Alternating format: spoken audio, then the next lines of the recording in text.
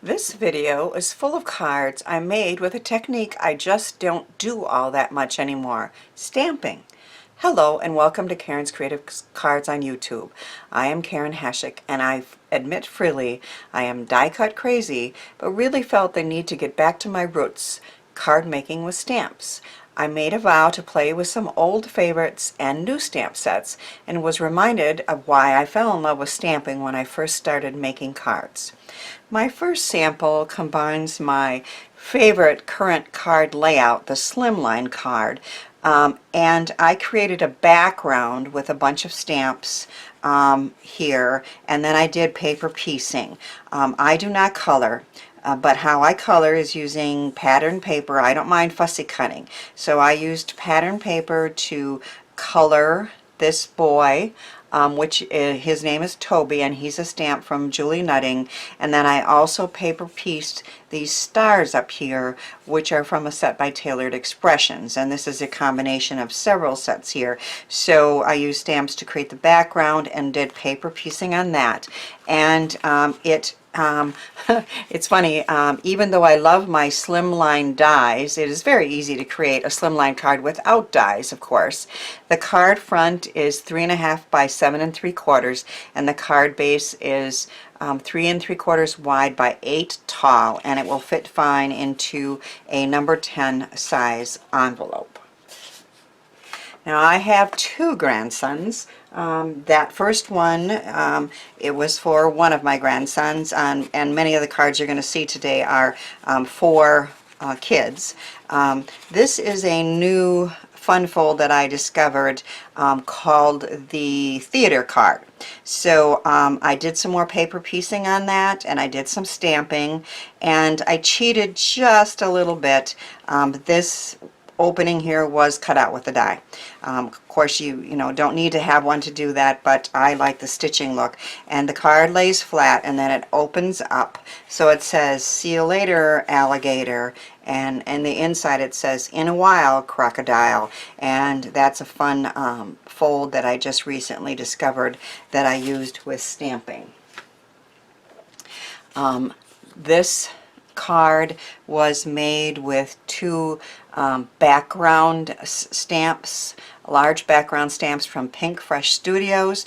So I stamped the nested rectangles, I think it's called, and then the words, and then raised some of the words. So that's all stamping on there, which again is unusual for me, but is a fun look. Here's another card I made for my oldest grandson. His birthday is coming up soon, and I used a stencil. I used stencils on several of these cards. This stencil was from Simon Says Stamp, so it made some fun areas to do stamping in. And then the words on this are from a new Stamping Up set, To an Amazing Grandson. We must be related. Happy birthday. So again, all stamped, one stencil, and that's what I was trying to go for in this video. This is the card that I'm going to show you how I made. Isn't this old world door just gorgeous and looks so realistic? It is a layered stamp set from Kitchen Sink Stamps. And this paper here is a set from Divinity Designs, and I love the look of that scenery, and I stamped a tree and a sentiment and some birds. And I used this beautiful new set from Picket Fence for the sentiments, and I used a tree. This tree was from another Penny Black set, but this is the tree I really wanted to use, so once I got that, I'm going to use that on the card. And I have stamped this piece in advance. This paper is glossy, and you really have to let that ink dry. So I have those fun birds on the side, and then the welcome home sentiment and a few more birds, and that is prepped and ready to go.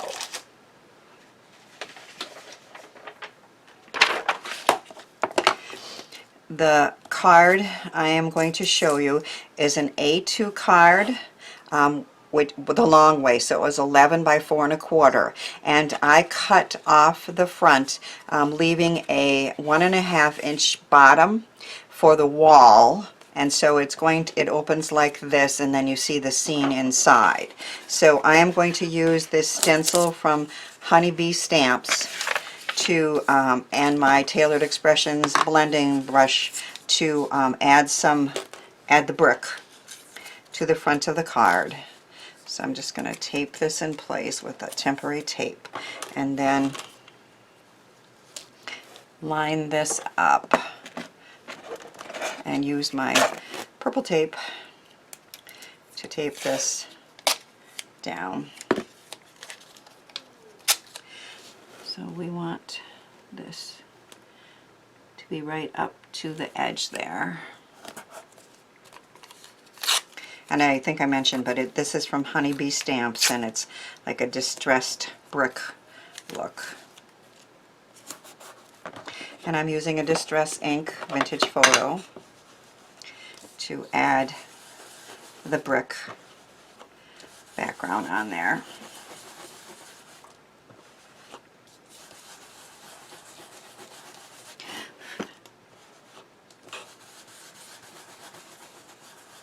Should have masked that off. And we'll do that now to make sure I don't get any of the brown on the back. Let's take a look.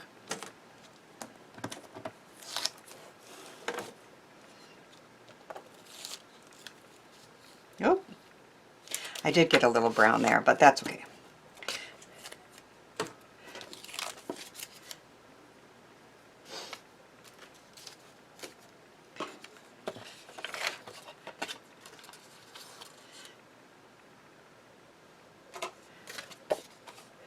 There's that.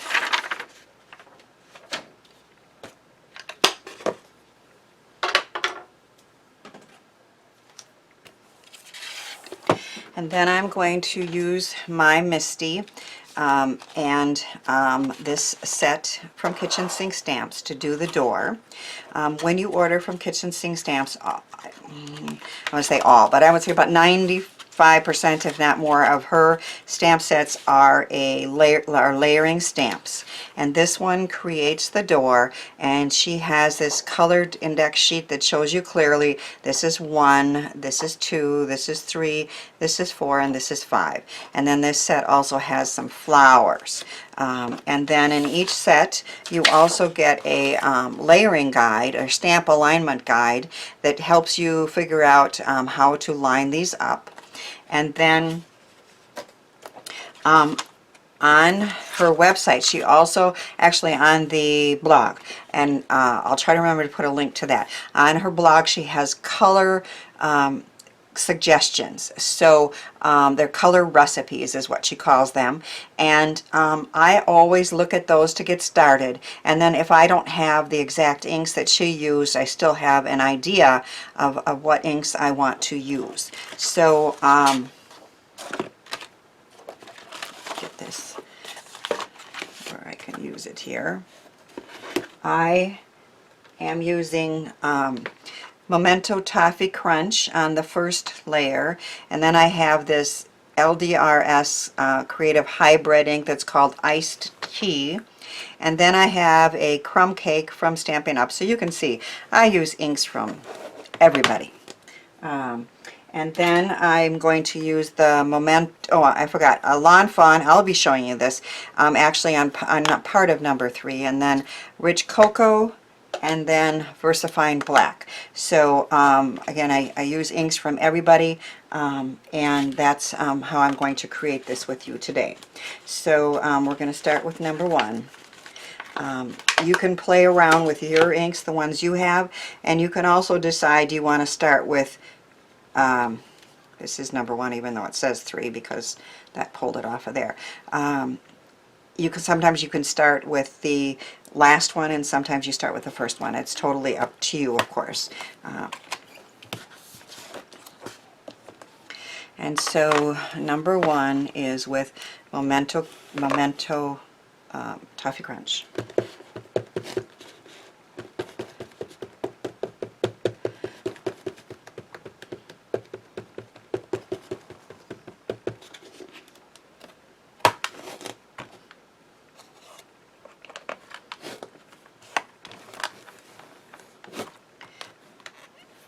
And if it's not perfect, it's okay because this is the first layer. Use my Gina K tidy towel to clean up in the meantime.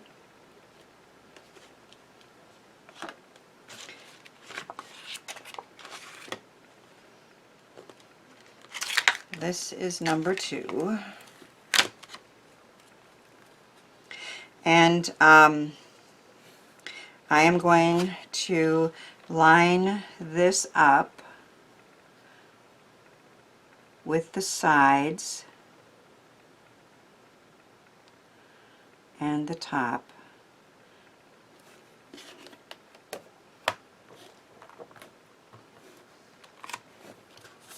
Make sure the paper stays where it's supposed to stay. I'm going to give us some of those things.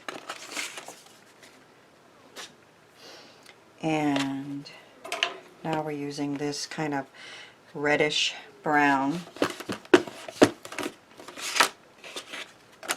Not enough room here to work, but we'll make do.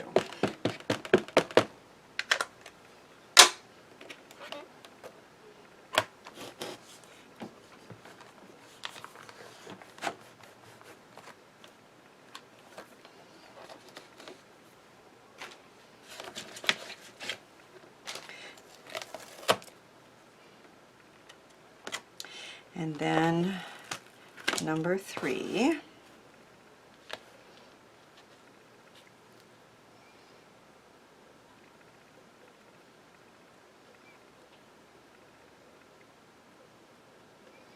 And you just have to play around with it until your sides, bottom, and top look pretty even. You can also use that index sheet to line things up. I know Jennifer McGuire showed that. And it wouldn't work with this orientation, but you can also try that. So this one is actually a 2-step. The first step is going to be with the crumb cake.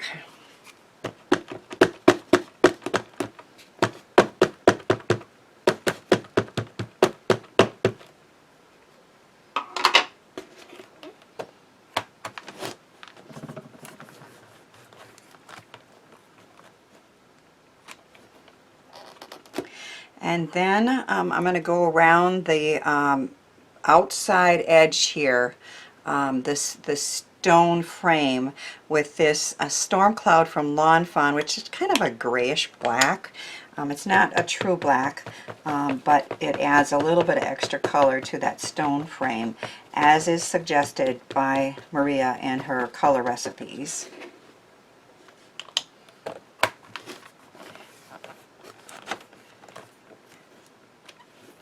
See how that added that nice darker tinge there to that?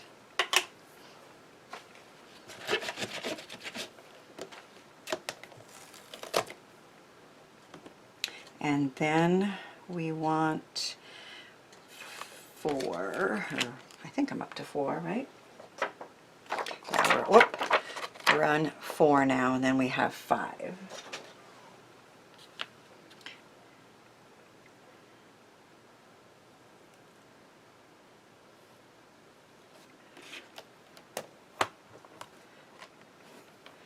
And 4 is with the Memento darker brown, rich cocoa.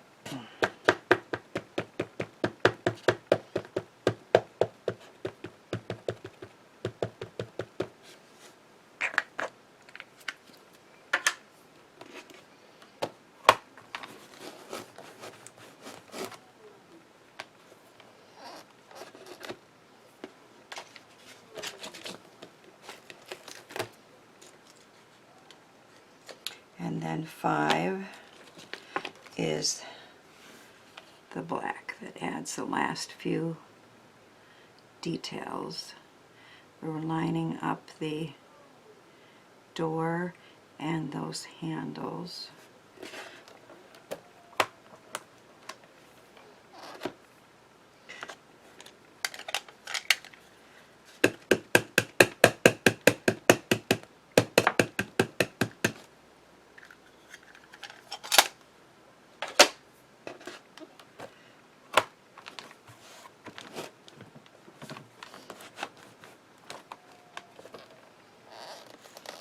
And even if it's off a little bit, it still looks very realistic.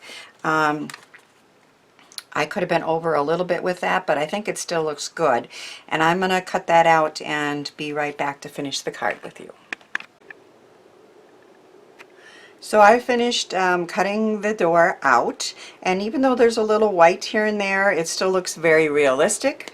I have put some two-sided tape on the back, and I am going to attach this along the bottom here. I remembered I wanted to have that bottom straight on there. So it goes right to the bottom of the bricks.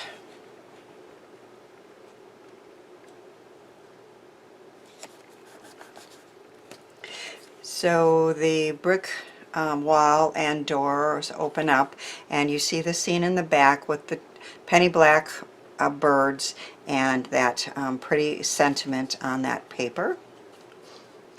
I was wondering, do you mostly stamp on your cards or mostly use die cuts, stencils, and other products nowadays?